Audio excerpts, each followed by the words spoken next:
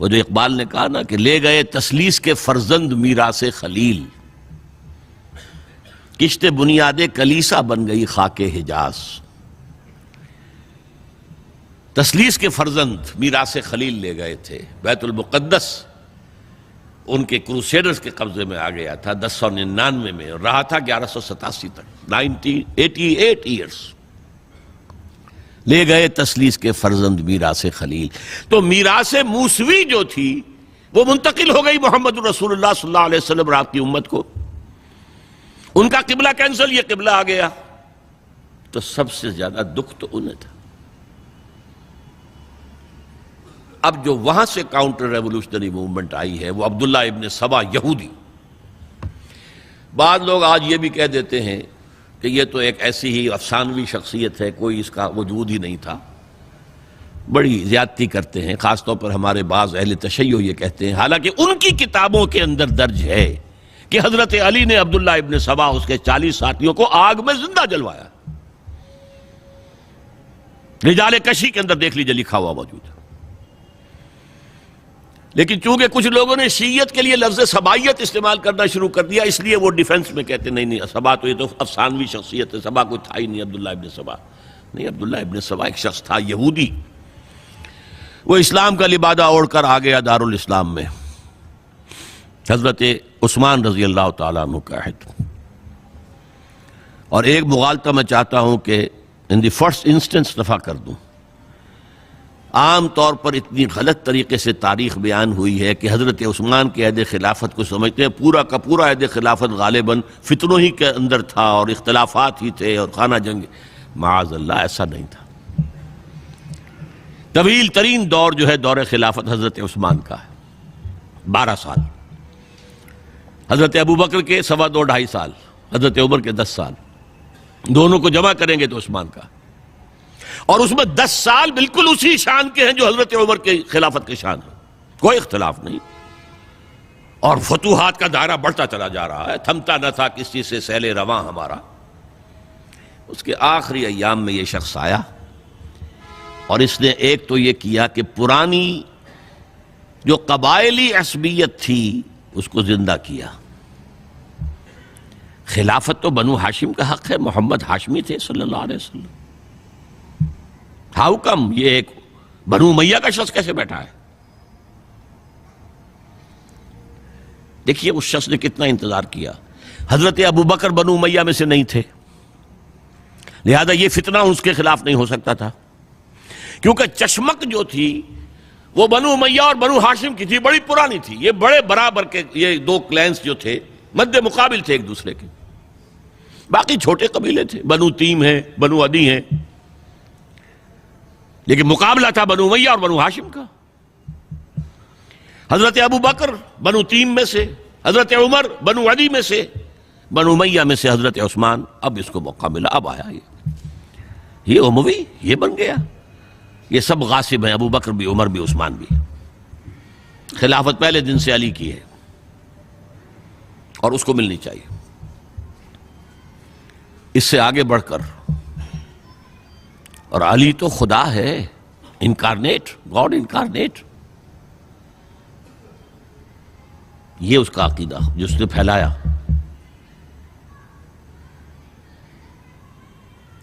یوں سمجھئے ایک شخص نے حضرت عیسیٰ کے دین کو زیرو کر دیا تھا۔ لوگ مانتے نہیں کہ ایک شخص اتنا کچھ کر سکتا ہے۔ یہودی اور سازشی ذہن، ان کی صلاحیت اور ذہانت۔ ایک شخص تھا پال، حضرت عیسیٰ کو خدا کا بیٹا بنانے والا، وہ توحید ختم، تسلیس آ گئی۔ شریعت کو ختم کرنے والا وہ حضرت عیسیٰ کہہ کر گئے تھے تم پر شریعت موسوی نافذ رہے گی، اس نے کہا نہیں، ایبروگیٹڈ، نو شریعہ۔ نمبر 3، حضرت عیسیٰ نے کہا تھا تمہیں تبلیغ کرنی ہے صرف یہودیوں تک۔ I have been sent only in search of the lost sheep of the house of Israel۔ میں صرف اسرائیل کے گھرانے کی کھوئی ہوئی بھیڑوں کی تلاش میں آیا ہوں، تمہیں باہر تبلیغ نہیں کرنی۔ اس نے تبلیغ کا دائرہ وسیع کیا۔ وہ دین مسیحیت ختم، وہ دین پالزم ہے جو چلا ہے اس کے بعد. سمجھ رہے ہیں اس بات کو؟ اور یہ ڈاکٹر مائیکل ہارٹ نے بالکل صحیح لکھا ہے کہ کرسچینٹی جب تک حضرت مسیح موجود تھے وہ سوائے ایک یہودیوں کے فرقے کے اس کی کوئی اور حیثیت نہیں تھی. لیکن پال نے اسے ایک انڈیپینڈنٹ دین بنایا. ایک شخص کی کارروائی ہے یہ ساری، اور آج پوری دنیا، پوری عیسائی دنیا اسی پر ہے، تثلیث پر بھی، اور شریعت ختم، اور دعوت جو ہے کرتے پھر رہے ہیں پوری دنیا کے اندر. اسی طرح اس نے کیا، قبائلی عصبیت کو چھیڑا اور حضرت علی کا مبالغہ کیا یہ خدا ہے، اوتار، گاڈ انکارنیٹ. تیسرا کام کیا کیا کہ حضرت عثمان رضی اللہ تعالی عنہ اور ان کے جو عاملین تھے، گورنر کوفے کا ہے، گورنر شام میں دمشق میں ہے، گورنر مصر میں ہے، ان کے خلاف پروپیگنڈا شروع کیا. یہ بیت المال میں خیانت کر رہے ہیں، یہ غبن کر رہے ہیں، یہ اپنے عزیزوں کو جو ہے پال رہے ہیں، ان کو دے رہے ہیں، وہ اقربا پروری کر رہے ہیں، اور یہ کر رہے ہیں، اور ٹیکنیک کیسی عجیب. کوفے میں کوفے کے گورنر کے خلاف بات نہیں کریں گے، دمشق اور مصر کے گورنر کے خلاف بات کریں گے. اب کہاں دنیا کے پاس ذرائع تھے کہ کوئی ویریفائی کرے بھئی یہ بات صحیح ہے کہ نہیں ہے، غلط ہے؟ نہ کوئی ذرائع رسل و رسائل ہیں. اور اگر آپ کوفے میں کھڑے ہو کر عثمان نے یہ کر دیا، عثمان نے یہ کر دیا، عثمان نے یہ کر دیا، یہ کر دیا، اب کون اس کو جو ہے اس کی تحقیق کر سکے گا؟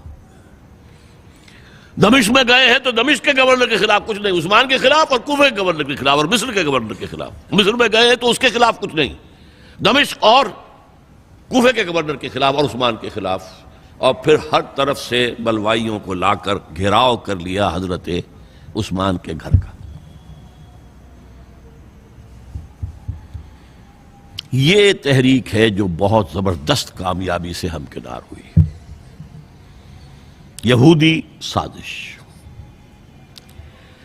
اب تمام صحابہ کہہ رہے ہیں حضرت عثمان سے کہ آپ ہمیں موقع دیں کہ ہم ان کا سر کچل دیں.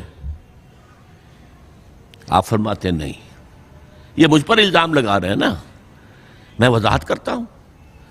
اپنے گھر کی چھت کے اوپر کھڑے ہو کر آپ نے کہا دیکھو یہ میں نے نہیں کیا، یہ میں نے نہیں کیا، میرے یہ احسانات بھول گئے ہو. حضرت علی نے مسجد نبوی میں کھڑے ہو کر جتنے الزامات لگائے تھے ان سب کی طرف سے برات کا معاملہ کیا کہ جھوٹ کہہ رہے ہو تم، عثمان پر کوئی غلطی جو ہے، کوئی خیانت ثابت نہیں. لیکن جنگ کی اجازت حضرت عثمان نہیں دے رہے. یہ میرے خون کے پیاسے ہیں نا، جب تک قتل نہیں کر لیتے جرم کہاں ہے؟ جب قتل کر لیں گے تم قصاص دے لینا. لیکن میں کسی کلمہ گو کی جان نہیں لینا چاہتا، صرف اپنی جان کے تحفظ میں. یہ ہے عزیمت کا پہاڑ. لوگ کہتے ہیں کمزور تھے. جان بچانے کے لیے تو آدمی پتہ نہیں کیا کچھ کر بیٹھتا، اور طاقت ہو تو طاقت کو کیسے استعمال کرے گا. حضرت امیر معاویہ کی طرف سے پیغام پر پیغام آ رہے ہیں کہ آپ ہمیں اجازت دیں میں فوجیں بھیجوں اور ان کا قلع کما کر دیا جائے. حضرت عمرو بن العاص کا پیغام آ رہا ہے مصر سے، آپ ہمیں اجازت دیں. طلحہ، زبیر، علی اجازت مانگ رہے ہیں مدینے کے اندر، آپ اجازت دیں کہ ہم جنگ کریں ان سے. نہیں.